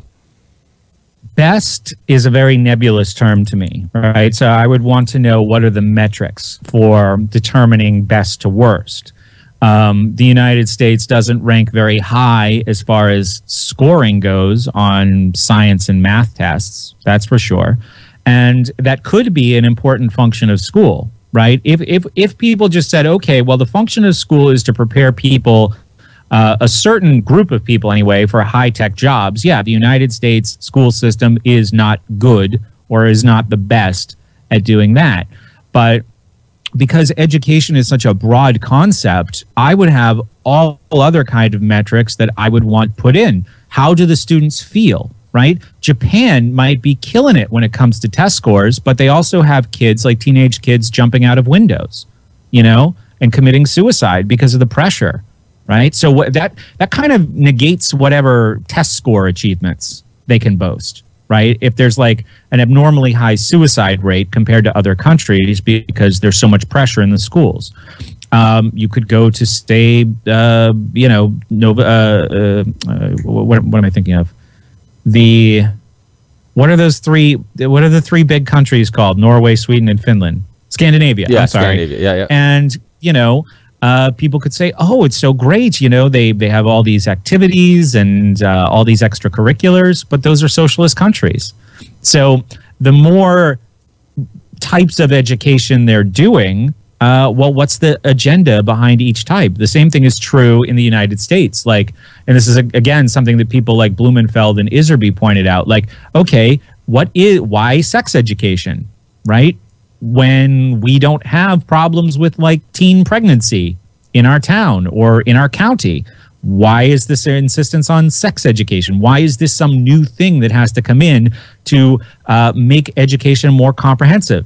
Values clarification. Well, that sounds nice, but why is it needed? What does it have to do with the role of school to educate people to be thinkers, right? Which is what you would think education or even schooling is supposed to be all about. So I would be suspicious of places where school is more comprehensive, where students are required to spend more time in school, even if there are some positives that come out of it. I would be, suspicious of places that have higher test scores, because what is the price that students are paying in emotional health? So no, I don't know of any public school examples. I mean, and I could be wrong. I just don't know of any. And maybe that's research that I should do. Where is public school better by metrics that I have, than the United States? But no, I don't have an answer to that question. I think that because of the coercive nature of school, and because it is all over the world a function of the state, it's going to have a certain role in, you know, the maintenance of the state. So, well, you brought go ahead. I was going to say, you brought up Sweden. I know that you're on Red Ice Radio not too long ago, and even though I think Sweden is one of those, I guess, you know, one of those school systems that, I guess, according to certain ways of looking at education, yeah, they do well. But like you said, that it's different ways of looking at it. I mean, do you just test well? If you have kids that test well, then that doesn't necessarily mean you have the most creative or intelligent kids. I know, like, countries like Japan and South Korea, you know, I know have, you know, they do well too, and I guess according to whatever certain standards, they have, you know, a really good school system, but they don't seem like the most creative of thinkers. They don't seem like the most they don't seem like individuals that each one has like this, you know, they definitely seem like they're I don't know, they just don't seem as, do you know what I mean? Like, it doesn't seem like you're probably getting people that test really well, but you're not getting people that really are learning to critical, you know, things like creativity and imagination and debate and just looking at things from different perspectives. So yeah, I mean, you're absolutely true. From your standards, it'd be really interesting to see if you could find a school system in the world that, for, you know, for your standards, for what you're looking for and what you consider, you know, it working. You know, if there's a public school out there that works. Yeah, well, my father was the chairman of the school board when I was in elementary school in the 80s, right? And this is stuff he's reported to me as an adult when we've had these conversations. But back then, it was all like, Japan, Japan, Japan. What does Japan do? I mean, look at how sweet their VCRs and Walkmans are, you know, and two-sided tape decks. What are they doing, right? Well, they had a very regimented system, and yeah, for a while, like in the 70s and 80s, they were this, you know, economic and technological powerhouse. But I would say that their regimented system of education, doing exactly what I warned against before, which was preparing people only for the jobs that exist, only for the industrial and economic roles that society has planned for them to play. That doesn't have a future. It doesn't have a long-term future. You know, the best thing that government schools could do for the economy, I would think, would be to teach people some actual critical thinking and problem-solving skills, some intellectual self-defense and intellectual independence. The problem is those things are not good for the state. You know, like when you're talking about a construction company, right? And you've got, you know, Bill and Jennifer and Art, and they're thinking outside of the box and they're thinking beyond their roles. Imagine millions of people doing that, you know, while you're taxing them to death and killing people in other countries. That's superbly dangerous, you know? So governments don't want that either. And whether there was ever like a board meeting or, you know, a joint session of Congress where they're like, gosh, you know, we need to make people even dumber still. I don't think that happened, right? I think that's a natural kind of momentum, right? That some things are not going to be in schools. I taught history. There is a tremendous, like a really disturbing absence of conflict in history. And I don't mean like history is all conflict, right? It's the French versus the Indians versus the British. Like there's plenty of conflict when it comes to like musket fire and all that. But there isn't conflict for the students, you know, to really like think through what was going on here, what was motivating each side, what was there to gain, why did these people go here instead of there, right? So all of the questions that these historical narratives should invite are absent because history is taught the same way science is taught or the same way math is taught. Everything is already settled. Everybody agrees. Lucky you, this book will tell you all about it. You know, so there's no or very limited abilities to think about what actually happened and why. That's a big problem too. Yeah, I think that's why I was always intrigued with philosophy, because I felt like there wasn't, and even growing up, I was always kind of turned off by math, and I was always really interested with like philosophy and English and stuff like that. There wasn't really a right or wrong answer. Math was always boring to me because it was like 2 + 2 is always 4, you know, where philosophy was like, there might not even be an answer to this question, but we're going to ask it and we're going to discuss it and we're going to debate it. And then I felt like, same way that doing curls at the gym worked out your biceps, I felt like having those discussions and really rethinking the way you looked at things and how you really felt about certain things, just really kind of, you could feel your brain just really figuring things out and trying to understand, in trying to understand yourself and the world around you. And so I always, there is something to that. And, we talked about, college, for example, it just, tuition has constantly gone up. I mean, I think I got into, basically in for lack of a better term, the real world right out of high school and started working. And, I see a lot of kids who went right to college and, they come out of, I know a guy he was an architect on a job site, and this guy was, designed the project or whatever. And he was probably in his, 50s, and he ended up passing away of cancer soon after the project.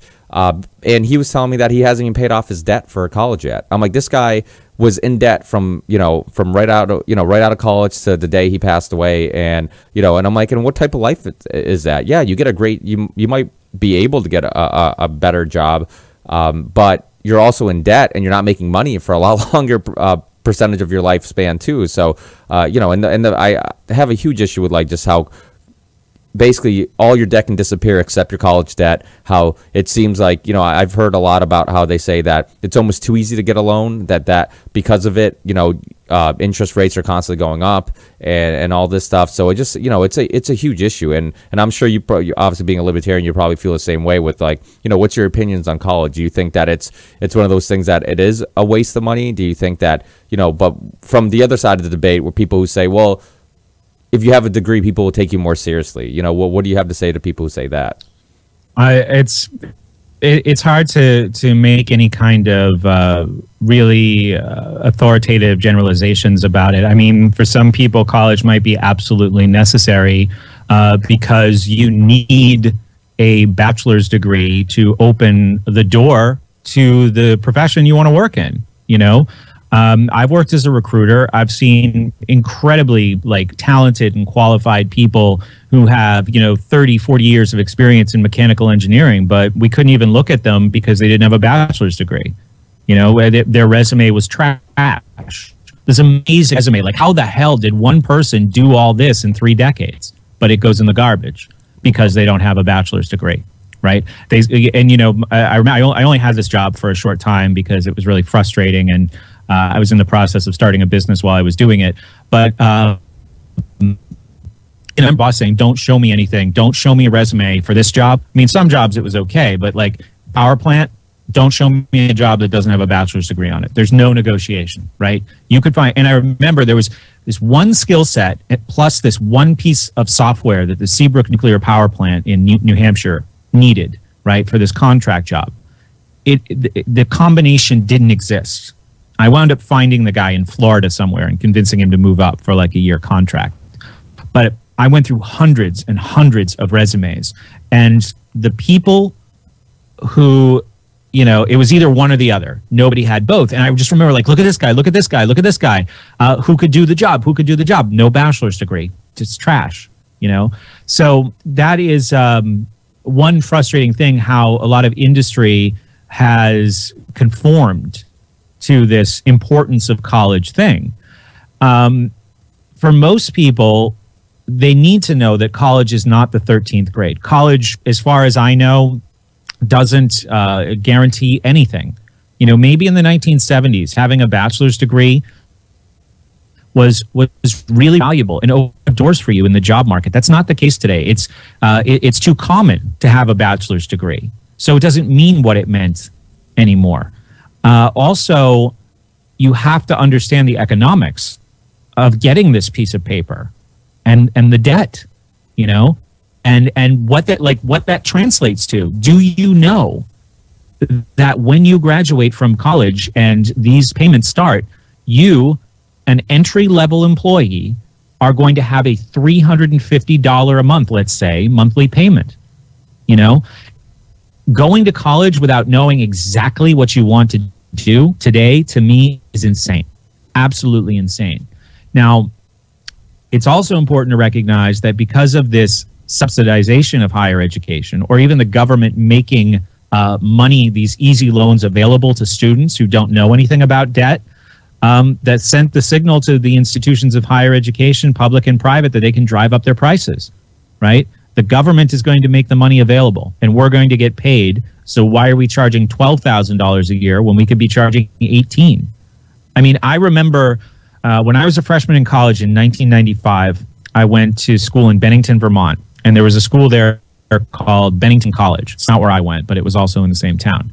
Their tuition was $20,000 a year, and that was considered to be fucking insane. $20,000 a year, that might be below average today. You know, like it was an astronomical figure for yearly tuition 19 years ago. But today it's probably below average, right? So college it doesn't make sense for most people anymore. Now, if you want to be a lawyer, if you want to be a doctor, yeah, you have no other options. And hopefully in the future that will change. Hopefully that's an institution as it exists today that will crumble all government, say, in primary school.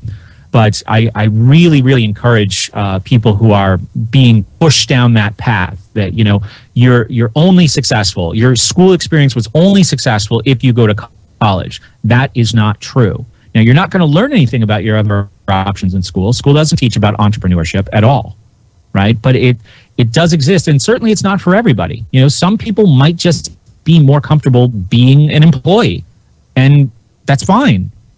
But the most disturbing thing for me is that people aren't even thinking that they're getting right. Now, I heard a story recently about how some middle school was attaching 4 years to the student's graduation, right? So if you graduate from high school in, let's say, 2016, they now call it the class of 2020 because that's when you'll be done with college, right? In other words, you're a school dropout if you don't stay in school till 2020, right? So for me, you know, I went to school for communications, like mass communications and media.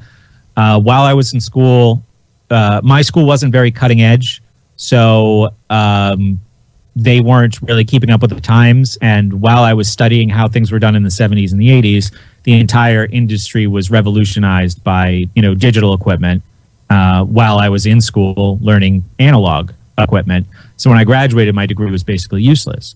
Now, I say that because if you want to go to college and you're, let's say, 15, 16 years old right now, you have to go to one of the best colleges for it to be worth anything.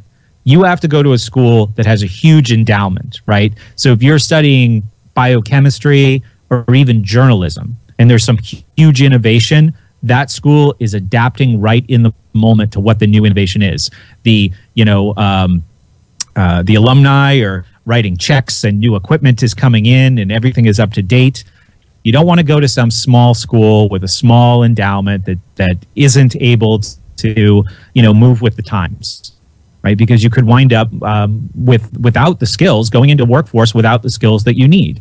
So college is only worth something to me today if you can go to one of the best schools, because a college degree isn't worth much more than a high school degree now because of how common it is. Yeah, and I think that sometimes that's all a college degree is a way of kind of, you know, like a Harvard, if you have a degree from Harvard or whatever. I mean, a lot of times it is just like a bragging thing where just like, hey, look, I have this degree. And you might find somebody who's way better for the job who didn't go to Harvard. So it really doesn't tell you that much besides maybe their family was loaded. Well, yeah, I mean, a college degree used to be a job ticket. Like, here's my ticket, where's my job? It's now more like a job scratch ticket, right? I don't want to call it a job law ticket because the odds are in the millions, but hey, it's a job scratch ticket. Like, hey, here's a 1 in 15 chance of getting, getting something. So that is the situation today, and I would really like to get this message. We've talked about this a lot on the show, and I want to be careful that I'm not like anti-college. You know, that I'm not making college sound as bad or as useless as government school. but I just want to encourage young people to think about the choices that they're making, and to be cognizant of the lack of options they're given by their parents, by their teachers, by their guidance counselors when it comes to this question of should I go to college. It's not this binary choice between a bachelor's degree and McDonald's, especially not in this world, you know, where all kinds of new opportunities are becoming available to the small group of people that can handle them, right?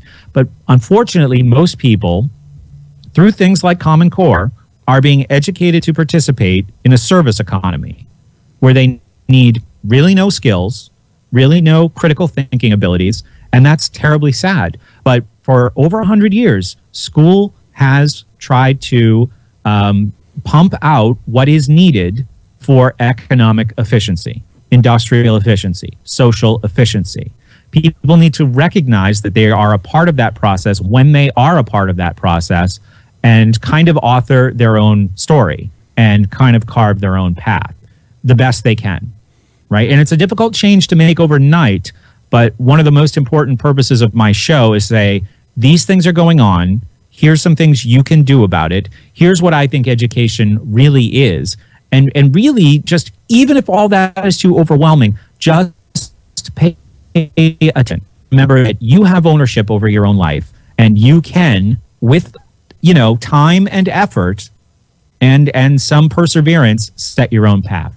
Yeah, I remember James Corbett. No one told me that. Yeah, you're right. And I think that's a huge thing, too. It's just the fact that the lack of there is something, my parents were the same way.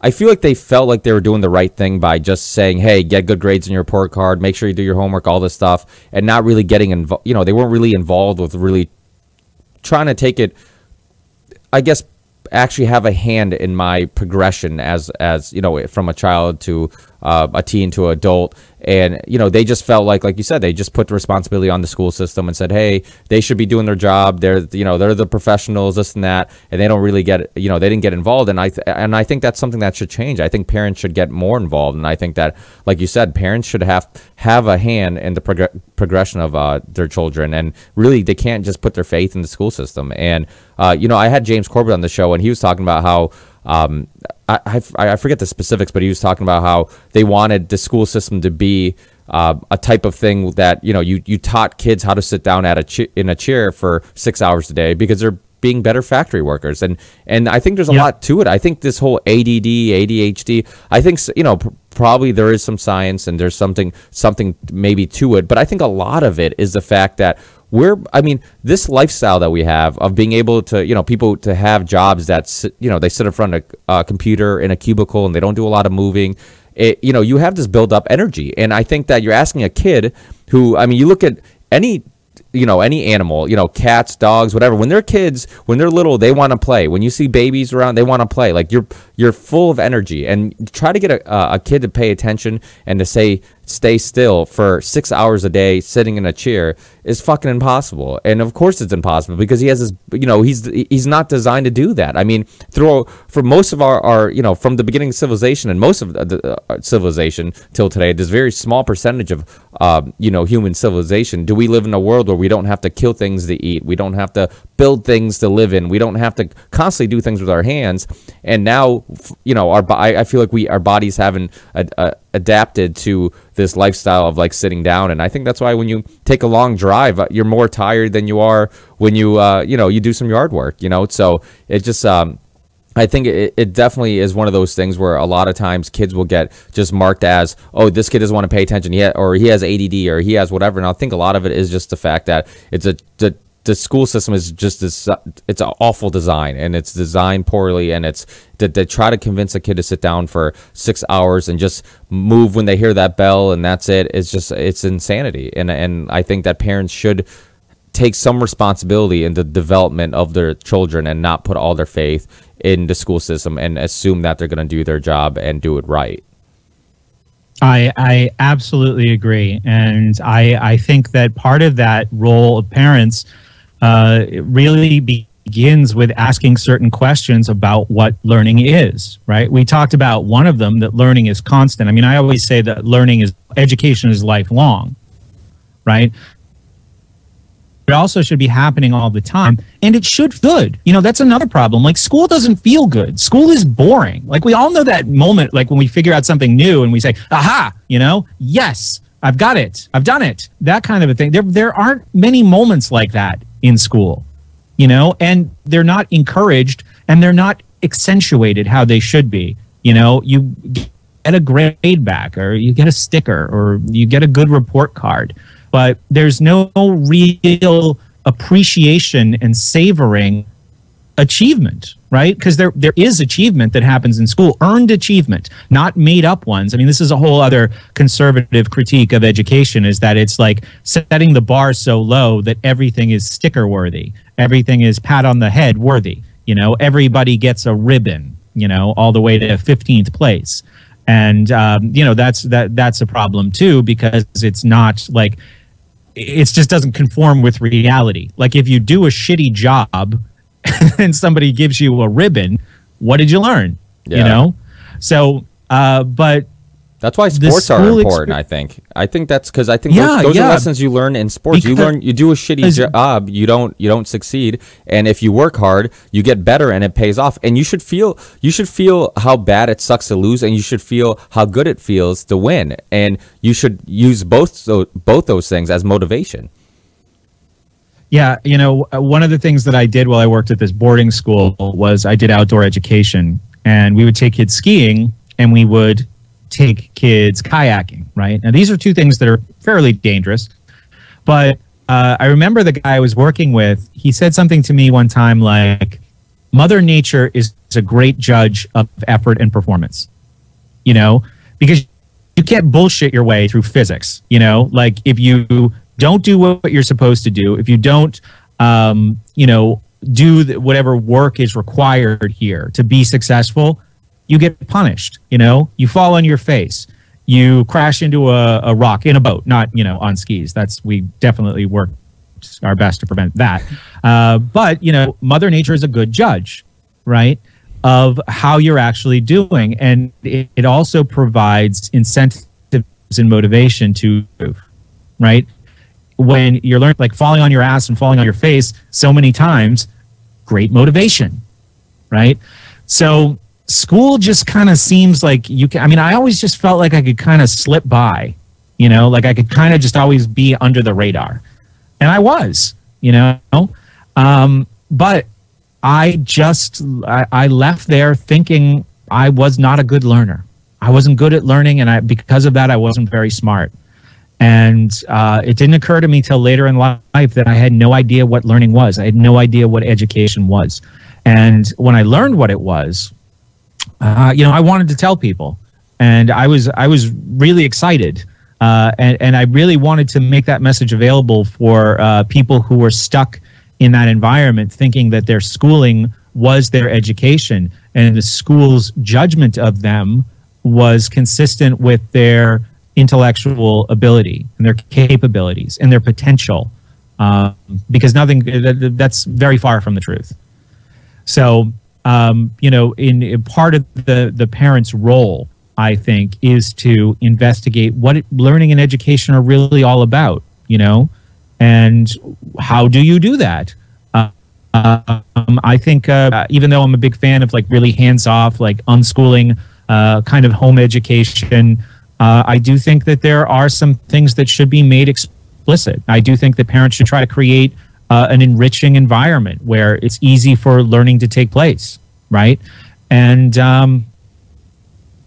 you know, to get over this idea that learning was coercion from teachers and then parents. Oh, I lose you? Oh, I lost your internet connection. Oh, are you back? Yeah, can you hear me okay? Yeah, I can hear you. I think I lost you for a second. Yep. Where did I get cut off? Just now, actually, just like a second ago. Oh, shit. What was I saying? You were saying learning is... That was your sentence, then you got cut off.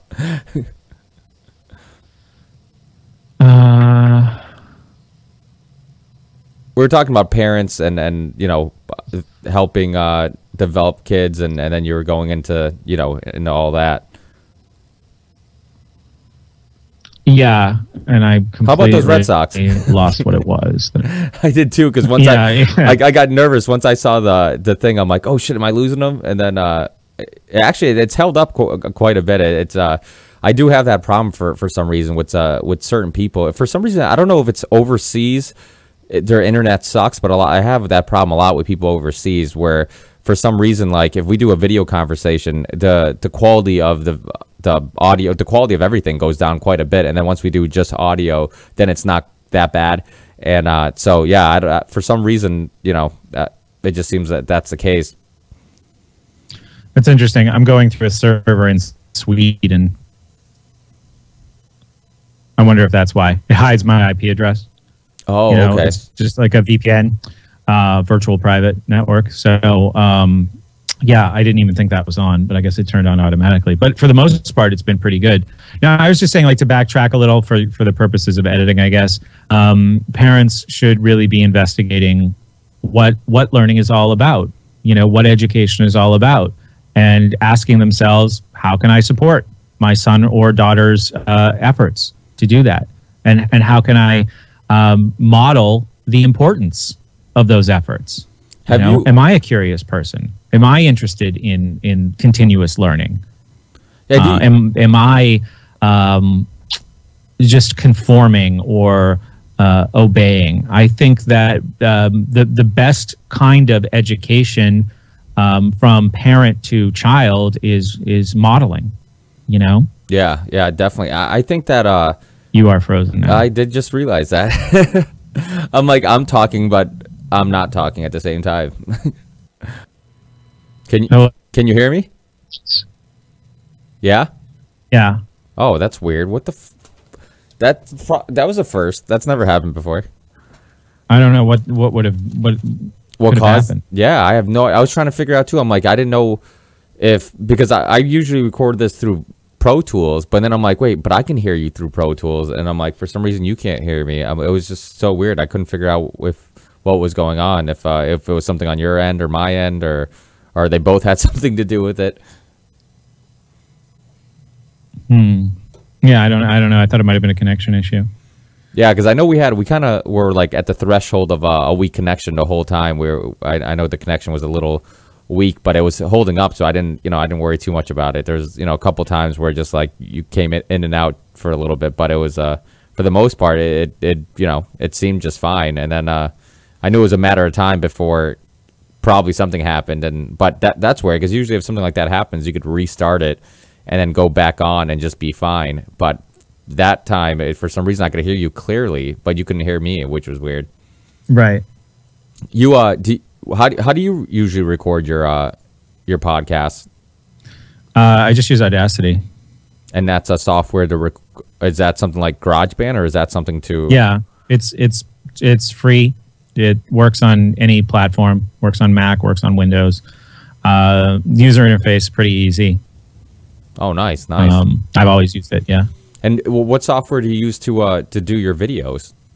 Sony Vegas. Oh, Sony Videos. Okay. That makes sense. Yeah, I found some. It's kind of a silly name, but I think I emailed you telling you about it. That Super 1010. It's just it literally will take both frames from the Skype conversation and automatically put them side by side, and then you basically get a video version of. Yeah. Yeah. You're familiar with it? Yeah, I used it for a long time. Yeah, I used it for quite a while, and then like I started being unhappy with how like it would fail, and I wasn't sure why. And I still have it on my computer. I mean, I paid for it, but it wasn't working consistently anymore. So I basically stopped using it. I would love to be doing. I think I need a new computer. I think my machine is a little run down. So yeah, well, you're always putting out media and stuff like that. So I mean, I'm sure it it takes a beating, and I'm sure saving all that stuff. And yeah, I had to upgrade my computer a year, or probably less than that, probably like 6 months ago or something like that, because I was using an older computer when I first started the podcast, and as it kind of started building, and I had just so much, I needed more storage space, and I was always worried about like the Pro Tools program it's such a big program, and then the combination of that and Skyping with people, it was just too much for the computer to handle, and it was just constantly overheating. And then I had a couple of nightmare shows where, I mean, the show went really well, but it was nightmare because I remember I had Ben Bolin, the host of that online show, Stuff They Don't Want You to Know, and literally he had to wait like 45 minutes as I was trying to figure out what the hell was going on. And it was just like, for some reason, just turn on the computer, it was overheating and it would shut down. And like he was so polite and just super nice as I was trying to figure out what the hell was going on. So it was just, yeah, sometimes, investing in a better computer sometimes is nice, just even if it's just for the sake of, the lack of headaches and not stressing about things, turning off on you in the middle of a conversation or something like that. Right. Yeah. Yeah. Yeah, that's like, it's weird because like doing podcasts, like as much as you want to capture like just a casual conversation, you can't help but like in the back of your mind be a little cautious of like what your computer's doing, or is it recording? Like with me, like, is my connection good, and it just like a lot of times you just aren't as relaxed as you would like to be, and I know you get kind of your best conversations relaxed and just when you're completely just in the conversation, you're not really, wandering, thinking about, your connection and other stuff like that. So it just, I try my best to try to capture that, we're at a bar debating some issues or sharing some topics and conversations, and very casual type of conversation. But sometimes there's something about hitting recording, knowing that things could go wrong that kind of prevent you from doing that. Yeah. Yeah. I know exactly what you mean. Yeah. It's how long have you've been podcasting for quite a few years now, right? 5 years. Yeah. 5 years. Yeah. And when you started, not that many podcasts, right? Or at least it wasn't as popular. Or was there? No, it wasn't. We were pretty. I would consider myself a pioneer. Yeah, because you guys, I mean, there's a few podcasts like yourself that have been, I've seen pop up quite a bit throughout the years and stuff like that, and like now it's just like, obviously everybody has a podcast now. I think the good thing about it being easy is that anybody who's motivated can do one, but the bad thing is that everybody does one too. So I mean, obviously the good ones will filter out, the shitty ones, I mean, will filter out, and then the good ones will stick around, kind of similar to music, how you get these trends in music, and music will good music will stick around for a long time, and good artists that really touch people and mean something to people, and then like the shitty ones who are just kind of doing it because it's trendy will disappear. So I kind of feel like podcasts will be the same way eventually. Yeah, I think so too. I hope so.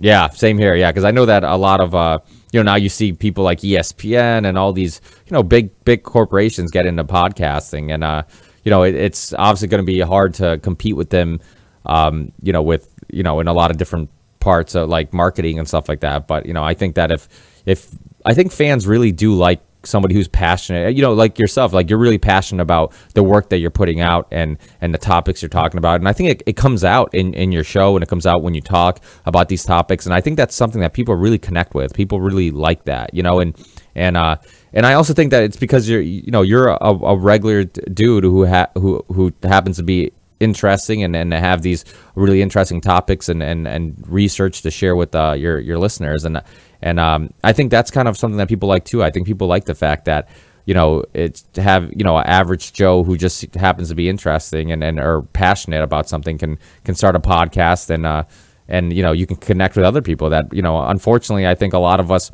would like to have a group of friends that talk about, some of these topics and issues and stuff like that. But unfortunately, a lot of us don't have, I guess, too many maybe thinkers. I know with you and my group of friends, there's I have some, a couple really interesting friends, even like my co-host who's on my show once in a while. We have some of the best conversations, but for the most part, I don't have as many friends as I would like to kind of really bounce ideas off each other and have, some of these conversations. So it feels like podcast is that friend that everybody wish they had. You feel like you're a part of those conversations, and you're able to hear those conversations and listen to them, even though you might not have friends that are interested in those topics. So I think that's one of the other reasons why people are really engaged and really love podcasts. Yeah, absolutely. Hold on one second. You cut for just a second there. Let me see if I can fix something. Yeah, no problem. Well, I'm sure we've been talking for almost 2 hours now. There you go. Now you're better. Okay. Yeah.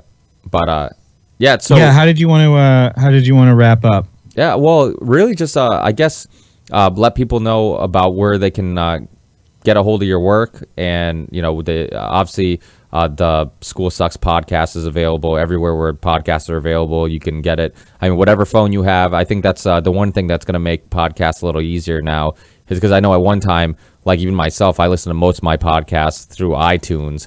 And now just basically, if you have an Android, if you have any type of phone, there's a podcast app. And almost all podcasts are available in all the same apps. So, you can just easily have the app, find the School Sucks podcast, and what I do, I download them when I have Wi-Fi. And then that way, I don't end up, using a bunch of data. And then once, and it downloads quicker. And then once, if I'm on the road or doing whatever, I already have it downloaded on my phone. I can listen to it, and it's easy and convenient. So I think that, and let's be honest, we all have to do shitty things like drive to work and, do this, do that, and do these chores and do things. I mean, your drive to work could be either a completely pointless drive where you can consume nothing that's thought-provoking, or you can, listen to a podcast and listen to something that might be thought-provoking, or might, be you can actually learn something, in that drive that usually is just a useless, 20 minutes or an hour of your day that's just useless and just something you have to do. So I think that's one of the convenience and nice things about podcasts, is that now those shitty drives, and especially myself, I travel a lot for work, and it just, a lot of that useless time that's just like, oh my God, here's a 2-hour drive to North Adams or wherever. And, instead now I can actually be like, oh shit, I'm looking forward to it because there's a podcast I want to catch up on. So it's, so it is nice to have that. So where can people find your work? What's the, I know you have a YouTube channel, you have your podcast, and where can they find that? And what type of content can they expect to see and hear on that? Well, sure. I definitely recommend, because we've done so much work over the last 4 or 5 years, that people go to our website, which is schoolsucksproject.com. And it's a good way to get the lay of the land, to see the different series that we've done. We have done series on the trivia method of critical thinking. We've done series on self-esteem. I've done a few different history series. I've done series on productivity. So people could go there with a very specific learning purpose in mind. If you just want a sampling of some of our recent stuff, you can definitely grab the podcast on Stitcher, or search iTunes for School Sucks Podcast. I highly recommend that people come find us on YouTube. Our username is School Sucks Podcast. Sometimes I put up just video coverage of us talking, like doing podcasts. I also do some more produced work. I'm doing a video series right now called The Underground History of American Education, which is based on the book of the same title by John Taylor Gatto. And I'm really happy with those videos. I think they're entertaining. People have really enjoyed them, and it's exposed to, hopefully a younger YouTube audience to some of his scholarship on the story of public schooling in America.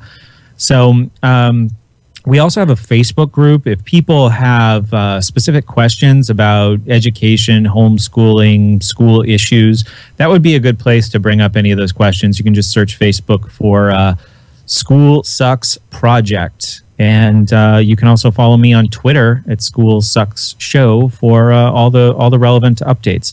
But yeah, definitely, if you're brand new, check out the website, and the first tab says New, start here. And you can see like a rundown on some of the series we've done. You can listen to the first introductory episode of the podcast, and you can get some information about the show and about me. Yeah, definitely. Yeah, definitely check that out. I love hearing you on your own stuff. I love hearing you on other shows.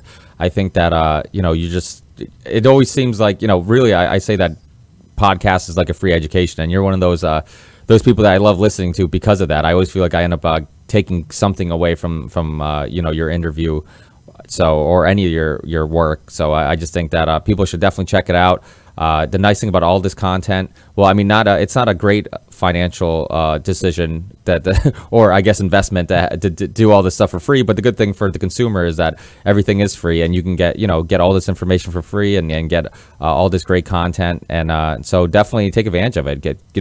Listen to podcasts, watch his YouTube channel, and check them out. And I'm sure you'll probably, if you're not familiar with this work yet, hopefully you get familiar with it and you take something from it. Because like I said, I think for any parent, any person in general, just, you can take something from this and really learn how to expand, ourselves and people that we care about, especially as a parent. I think that, parents really, I think that's I hate to use the word market, but a type of people that really could really, your work can be very useful to them, because I think it's this thing where we're kind of reminded that, holy shit, like we're putting our kids into a school system, we're assuming they're doing their job and things are going well, and that if they get good grades, they must be, their IQ must be expanding and they must be getting smarter, but it really isn't that simple, and there's a lot more to it. So hopefully parents listen, and hopefully parents start, like you said, be proactive and get involved in their kids' lives. And for kids out there, I'm sure they don't want to hear that, though. They'll get your parents away from my personal life or my life. I don't want my parents in my life, but I think you get them at a young age, and you get them to really start questioning things. I've heard a lot of people that I find interesting talk about how their parents would they want them to debate around the dinner table. They'd want them to, and I think that's so important. That's one of those things where just like, I remember my wife, she's like, when we have a kid, I don't want to, I hope you don't start arguing with them at the dinner table. And I'm like, no, it's not arguing. I'm like, but I definitely would love to have these little debates with my child, because I feel like they can get something from it, and I can get something from it. We can both learn from it. And it gets that, your the blood flowing in your brain, and you really start picking at each other's brains. And that's why, like I was bringing up the Thaddeus Russell thing, is I loved your interviews with them, because it is fun to watch two people that you really respect and you find interesting just go at it and really pick at each other's brain, and really it helps. I get a lot from it, as I'm sure you guys get a lot from it. And that's the beautiful thing about podcasting, is I think that even though we're trying to get information out there, in the process we're actually learning too, and we're becoming smarter and learning different perspectives and stuff like that. So I mean, this whole thing is a learning process, and in the same way. So it's it's a fun thing to do. It's I'm glad that I got involved in. I'm glad you got involved in, and anybody who's listening, I say this all the time, do it. I mean, it's easy. It's if you're passionate about something, like I said, the beautiful thing about people like Brett, who are really passionate about this, it comes out in their work, and I think people appreciate that. So if you're passionate about a topic or subject, do a podcast, do something creative. Don't just be this machine that just does this routine of going to work and doing your chores and paying your bills, and then you die. I think humans are capable of so much more, and I think it's great to have an outlet. Yeah, absolutely. Yeah, I think we all need that therapy. We all need that, like you said, it's at first it's kind of a therapeutic type of thing, but I think that we really do need that, because if what type of fulfillment, I mean, do we get out of life if it's just going to work, paying your bills, and then you die? I think like I said, I think humans are capable of so much more, and we just really should take advantage of it. And that's why I think your project is important, because I think that it reminds us that we're capable of more. And if the school system says you're a special ed like I am, it doesn't mean that I can't start a podcast and talk to people who are way smarter than me. So it's just it is one of those things where school is such a small and I've heard you say this, and it's so true, like school is such a small percentage of your life. It's a small portion of it. It doesn't dictate who you are, who you become. And so I think that's important to remember too. Yeah, absolutely. And I try to, as far as the visibility of all the work I do is concerned, I try to put all the most valuable educational content front and center right on the website. My imaginary accountants would be very upset at me if I didn't tell you, though, that we support the show, not through advertising or product placement or anything like that, but I have about 300 or 400 additional hours of content that is behind a paywall. So if people listen to the show and they decide they like my style or my sense of humor or the way we do investigations, there's tons and tons of stuff that's never been released. It's quite a variety of like health and nutrition talk, movie reviews, more like adult oriented content, just stuff that I felt like was worth keeping but didn't belong in the podcast. And like I said, it's a good 350, 400 hours of stuff. Yeah. So I recommend people check that out too. Yeah, and I think if they want to, if they like what they hear in the for free, and they decide they want to give us some support, that's how we keep the show going. Yeah, and I think that's important because I think that I had a Russ Baker on from whowhatwhy.com, and I remember him saying how, like, you know, he's like 99% of the people who check out his work and listen or watch or go to the website and watch his work and this and that. He's like, they don't pay anything. They just get the free content, and they don't, you know, donate any money. They don't do it. So it's like, you know, he's like, if you get a little percentage of those people to, you know, to help out, you know, it'll keep people going. And, you know, obviously there is some cost that goes into all this, you know, from equipment to, you know, obviously I know you use Podomatic, and I do too. And it's, you know, you have to pay obviously to get your shit on that website and storage and all that other stuff. So it just, you know, there is some cost to go into this. And I think we live in a world where we have so much free content. It is hard to get people to pay for stuff, but it's just, you know, if you if you want to continue to get this free content or this content from a person, you know, the only way they can afford to do it at times is, you know, if you pay them. I mean, look at James Corbett, who is one of the hardest working people on the internet because he's always putting out something. You know, if he finally got to, you know, do this full time some years ago, and now we're all happy that we get all this, you know, all this James Corbett stuff. But, you know, if some people didn't pay to help keep him going, you know, you wouldn't have this great work, and you wouldn't have, you know, a lot of great podcasts and websites and researchers spending their time doing it, you know. So I think that's important. If you like somebody, you know, pay a couple extra bucks or whatever it is, and support them and show your support. And, you know, I'm sure people, it's hard to say that in a time where everybody's kind of, you know, like you said in the show, getting taxed to death.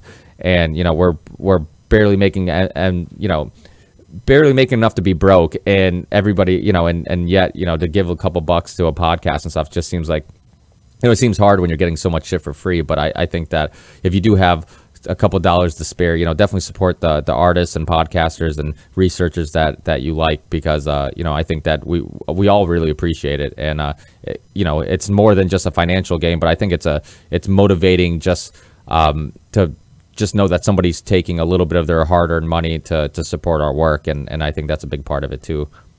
I agree with everything you just said completely.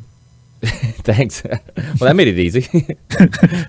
We're on the same page about that. Yeah. Well, thanks a lot, Brett. I really appreciate your time. I really appreciate you taking time to you know, I learned a lot. I'll probably re-listen to this episode once or twice just to kind of consume everything that we talked about. But you know, I really appreciate your time. I really appreciate you know, your work, your, you know, just everything you do. Is just you know, I love being able to be a fan of somebody, and then to be able to sit down and have a, you know, an hour and a half or 2 hour conversation with them. I think it's really a pleasure, and you know, I'm very lucky to be able to do this, and hopefully my listeners get something from this too, and you know, hopefully we all grow and learn as people, and we get exposed to new ideas. And obviously you being a libertarian and stuff like that, you know, that's one thing I'm big on, is just having different types of people, different types of ideas on the show, no matter what they believe in.